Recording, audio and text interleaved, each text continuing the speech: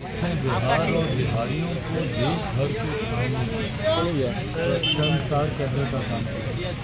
नमस्कार, मैं श्वेता और आप देख रहे हैं न्यूज फॉर नेशन। लोक जनशक्ति पार्टी रामविलास सह जमुई सांसद चिराग पासवान कटिहार पहुंचे।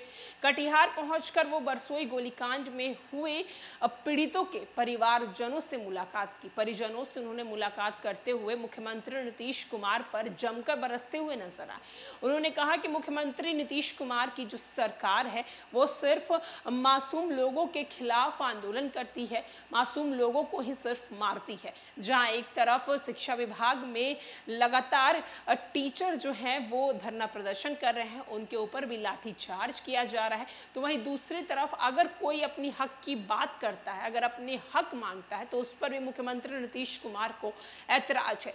क्या कुछ चिराग पासवान कटिहार पहुंचकर सरकार पर बोल रहे हैं, चलिए आपको सुनवाते हैं उनकी पूरी बातों को। इसमें बिहार और बिहारियों को देश भर के सामने शर्मसार करने का काम किया।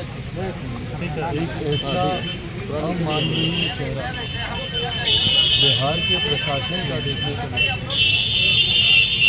जहाँ पर लोग अपने न्याय की गुहार लगाते, अपने अधिकारों की लड़ाई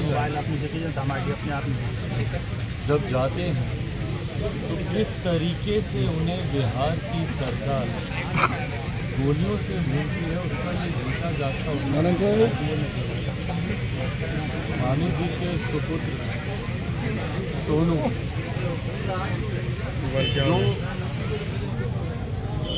इस आंदोलन में शरीक भी नहीं, यकीनन एक बड़ा आंदोलन चल रहा है। जिस तरीके से बिजली विभाग में अनियमितता चल रही है, प्रदेश भर के लोग इससे आक्रोशित हैं।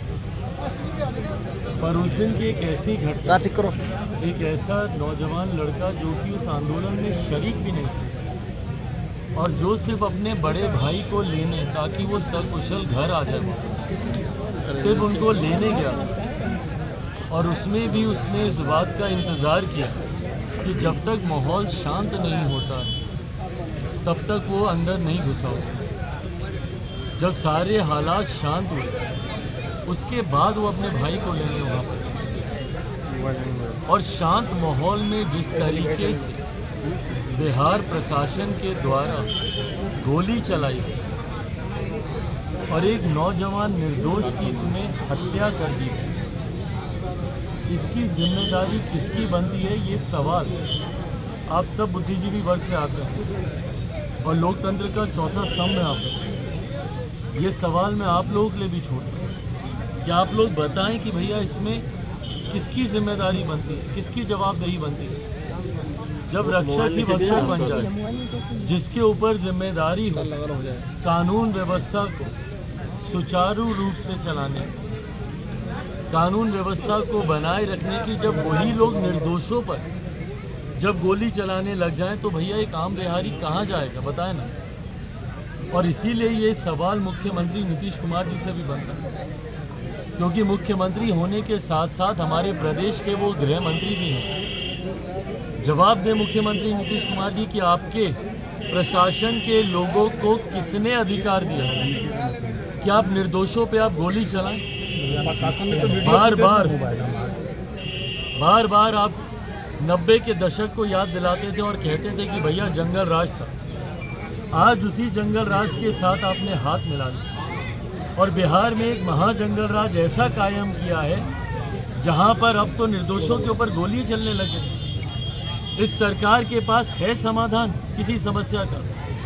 छात्र सड़क पर उतरते हैं तो लाठी चलाई जाती है, शिक्षक उतरते हैं तो लाठी चलाई जाती है, अभ्यर्थी उतरते हैं तो लाठी चलाई जाती है, किसान सलाहकार उतरते हैं तो लाठी चलाई जाती है। अलग अलग वर्ग के लोग, पासी समाज के लोग, अलग अलग वर्ग के लोग जब अपने अधिकारों के लिए सड़क पर उतरते हैं तो लाठी चलाई जाती है। और अब हद इस बात की हो गई कि लाठी के साथ साथ आप गोली भी चला रहे। ये गोली लाठी की सरकार जो बिहार में मुख्यमंत्री नीतीश कुमार जी के नेतृत्व में बन चुकी है, तो भाई मुख्यमंत्री बता देना, अगर यही इनकी न्याय की प्रक्रिया है तो कानून की सारी धाराएं बिहार से समाप्त कर देनी चाहिए, आईपीसी की सारी धाराएं समाप्त कर देनी। सिर्फ एक नीतीश राज यहाँ पे चलेगा और नीतीश राज के तहत आप पर लाठियाँ चलाई जाएंगी और उसके बाद भी अगर राम बिहारी खामोश नहीं हुए तो उनके ऊपर गोली चलाकर उनकी हत्या कर दी जाए। बताइए, सीधा यहाँ कपार में गोली मारी गई। सर उन लोगों को कौन सी कानून की धारा बोल। बहुत अगर अराजकता की परिस्थिति भी है, इनके लिए भी भैया नियम बने हुए हैं। बहुत अराजकता की स्थिति है, लाठीचार्ज ये लोग करते हैं, कितने लोगों के सर फोड़ते हैं, कंधे टूटते हैं। लाठीचार्ज में भी कमर से नीचे लाठी चलाने का। गोली चलाएंगे आप तो पैर पे आपको गोली चलानी है अगर बहुत अराजक कोई अगर परिस्थिति उत्पन्न होगी। और उस दिन कौन सी ऐसी अराजक परिस्थिति उत्पन्न हुई थी? और माहौल शांत होने के बाद सोनू गया था वहाँ, जहाँ गिनती के लोग उस वक्त वहाँ पे मौजूद थे, हालात सामान्य हो चुके थे। उसके बाद आप चुन चुन कर आप गोली चला रहे हैं और सीधा आप कपार में आप गोली मार रहे हैं। ये है बिहार में आपकी कानून व्यवस्था। इसको आप बोलेंगे कि भैया आप जंगल राज का विकल्प बनकर आए थे।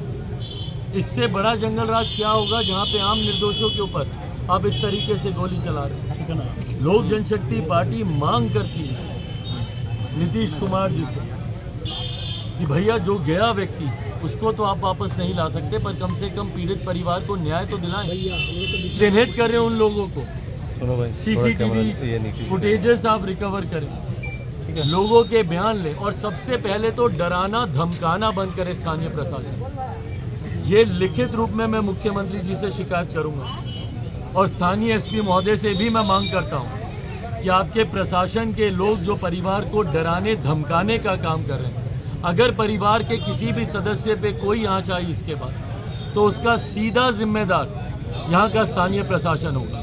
और एक एक आदमी का नाम लिखकर मैं मुख्यमंत्री नीतीश कुमार जी के पास भी मैं दूंगा, क्योंकि प्रदेश के गृह मंत्री हैं। और साथ ही में मैं केंद्र सरकार, केंद्रीय गृह मंत्री आदरणीय अमित शाह जी से भी लिखित रूप में हम लोग मांग करेंगे कि इस घटना की उच्च स्तरीय जांच कराएं, संभव हो तो सीबीआई से जांच करवाई जाए।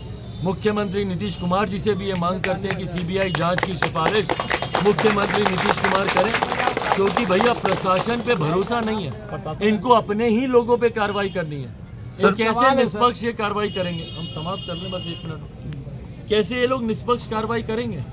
इनको अपने गिरेबान में ही इनको कार्रवाई करनी है, अपने ही लोगों के ऊपर इनको कार्रवाई करनी है। तो ऐसे में कैसे निष्पक्ष जांच होगी? इसीलिए ये मांग लोक जनशक्ति पार्टी रामविलास करती है कि मुख्यमंत्री नीतीश कुमार जी सीबीआई जांच की सिफारिश करें। केंद्र सरकार से भी मैं यह आग्रह करूंगा कि स्वतः इसकी जांच करवाएं, उस स्तरीय इस पे जांच हो और जितने भी दोषी अधिकारी हैं सख्त से सख्त कार्रवाई उन लोगों पर होनी चाहिए। घर का कमाने खाने वाला व्यक्ति जो आने वाले समय में इस परिवार के बुढ़ापे का सहारा बनता, वो परिवार का सदस्य गया, उचित मुआवजा परिवार को मिले। भाई कोई झांकने तक नहीं आया यहाँ पे। ये जिम्मेदारी है स्थानीय प्रशासन के लोगों की। कहाँ है भैया डीएम एसपी यहाँ के? क्यों नहीं आते वो परिवार के लोगों से मिलने? ये उंगली उन्हीं के ही प्रशासन के लोगों के ऊपर उठ रही है। तो क्यों मौन है यहाँ के लोग, यहाँ के प्रशासन के लोग क्यों खामोश है भैया? किस बात का डर है उन लोगों को आने से? और उन लोगों के नाम लिखित रूप में जाएंगे। और अगर राज्य सरकार अगर इस पे नहीं जागी तो केंद्र सरकार से भी हम लोग आग्रह करेंगे कि इसकी जांच हो।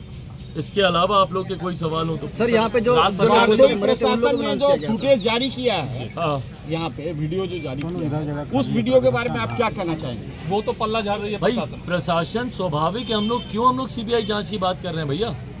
प्रशासन तो सिलेक्टिव फुटेज रिलीज करेगी ना, ऐसे फुटेजेस ये लोग रिलीज करेंगे जहाँ पे अपने आप को ये लोग निर्दोष बता सकें। कैसे ये लोग बताएंगे कि भैया हम लोग दोषी हैं? पर गोली तो चली ना, और गोली लगी किस नियम के तहत ये गोली चलाई गई? कैसे आपने एक निर्दोष की आपने जान ले ली?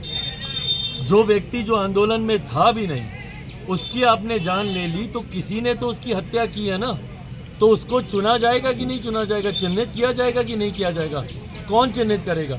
इन्हीं लोगों की जिम्मेदारी है। तो फुटेजेस निकाल के, सेलेक्टिव फुटेजेस दिखा के अगर प्रशासन सोच रहा है कि वो अपना पल्ला झाड़ लेगा, अपनी जिम्मेदारी से वो उसको दूर कर देगा, तो ये होने नहीं वाला। जवाबदेही इसी प्रशासन की। सर 10 दिन हो गए सर, पोस्टमार्टम की रिपोर्ट साझा नहीं की गई है, क्या आगे कदम उठा रही है? भाई सबसे पहले तो इसमें पूरे प्रदेश की जनता को एकजुट होना है, और जो एकजुट हो रही है, क्योंकि मुख्यमंत्री नीतीश कुमार जी से अब बिहार संभलता नहीं है।